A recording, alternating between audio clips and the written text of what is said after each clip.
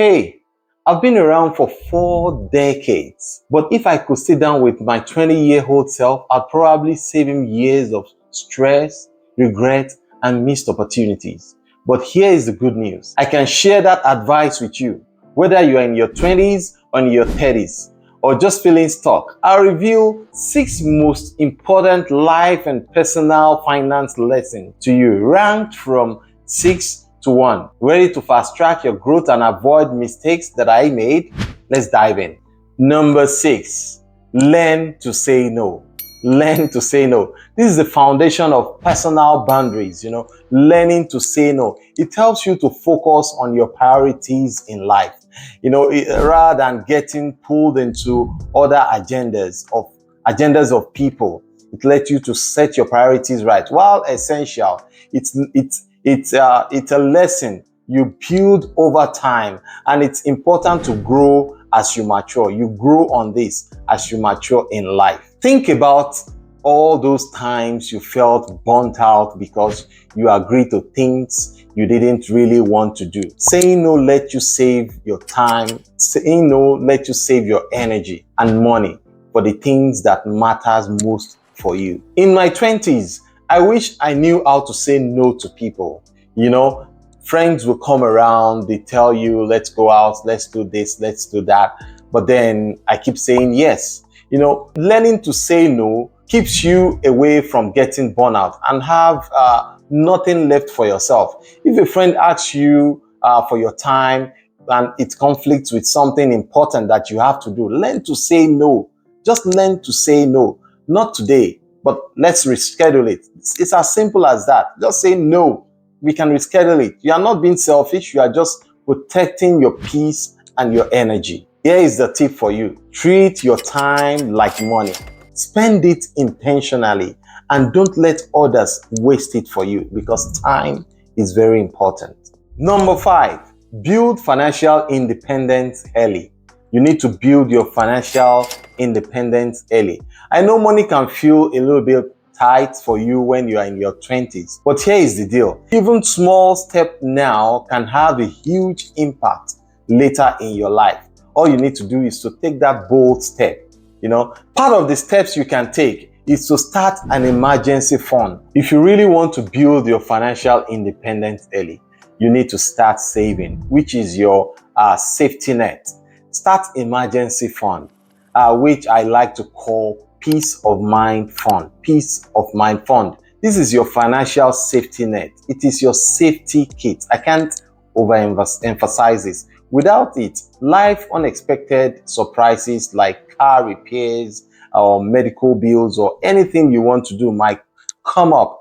But if you have your safety kits with you, if you have your safety kits fund with you, it will not be an emergency to you because you are well prepared. I've been in this before. This emergency can throw you into debt. It ranks higher because it provides peace of mind and keeps you from living paycheck to paycheck. Emergency fund is very important. So guys, how can you build your emergency fund?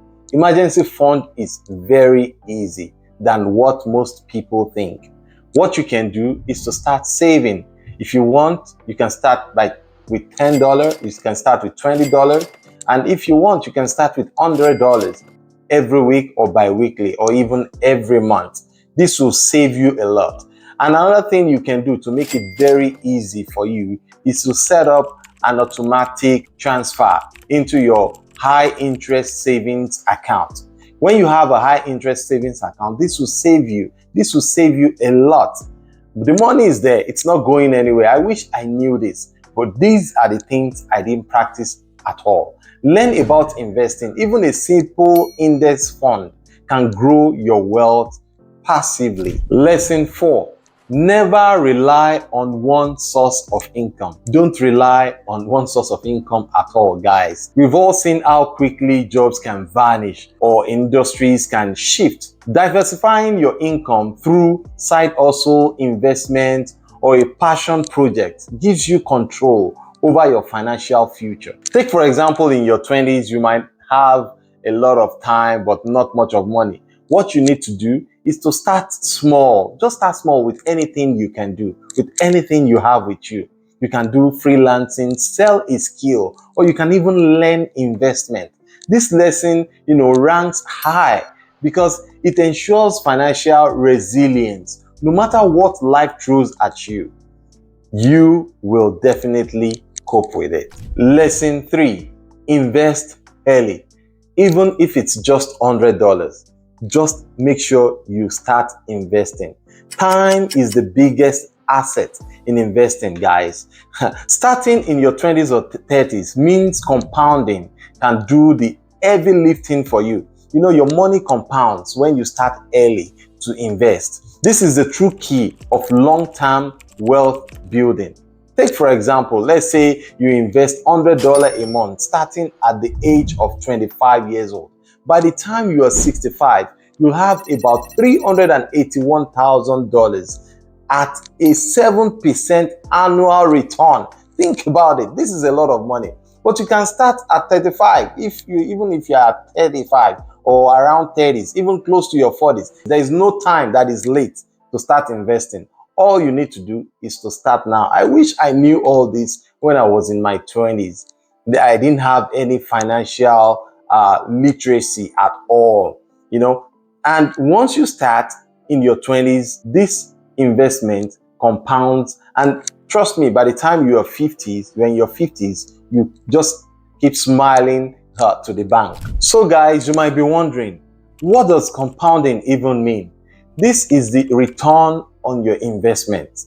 When your profit on your investment goes back into your investment, that also brings profit on that investment. So you have the real mama money, you have the baby money, and you have the grandbaby money that brings in profit on your investment. So it is always good to start early. So when you start early in your 20s, you have advantage. You have the advantage of time. Even in your 30s, you have the advantage of time. So that is how your money compounds over time.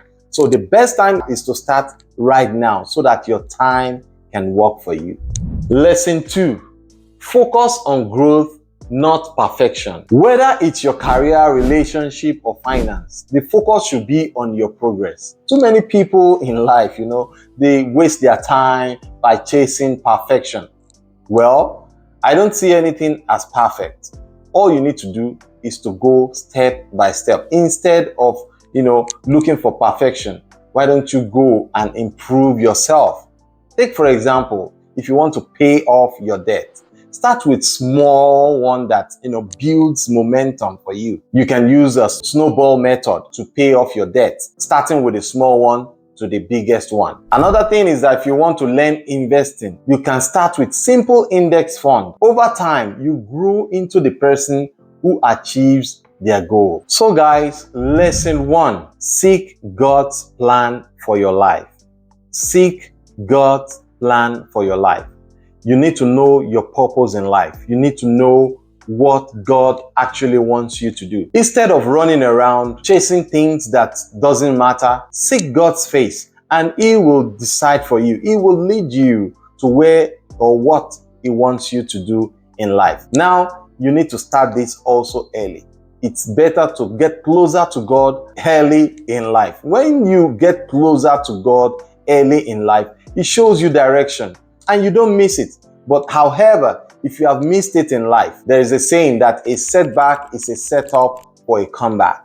Don't think that you have your setback can pull you down. Your setback can be a setup for your comeback. Seek the face of the Lord and He will surely direct your path. This lesson is the foundation for everything else in life. It is the foundation. Remember, the book of Ecclesiastes chapter 12 and verse 1 says, remember also your Creator in the days of your youth. Remember your Creator in the days of your youth, before the evil days come and the year draws near, of which you will say, I have no pleasure in them. When you're young, you have the energy, you have the time to do so many things. So remember the Lord in the days of your youth. And also the book of Jeremiah chapter 1 and verse 5 says, before I formed you in the womb, I knew you. So God knows everything about you. Imagine if you go to the person that knows about something. You don't need to go to the left, you don't need to go to the right. You go through the right route. He said, before you were born, as I set you apart, and I appointed you as a prophet to the nation. Oh, come on now. This is God talking to you. He has appointed you to do something in life. All you need to do is to discover that purpose, and you begin to flourish in it. Here is the bottom line. Your 20s and your 30s are your foundation years. What you do will ripple through the rest of your life. But I want you to remember that it's never too late to start something. Start building your life to how you want it to be. If this resonated with you, hit the like button and subscribe for more practical tips. I'd love to hear in the comment section, which lesson do you wish someone had told you sooner? Let's chat below. Until next time, take care and keep growing.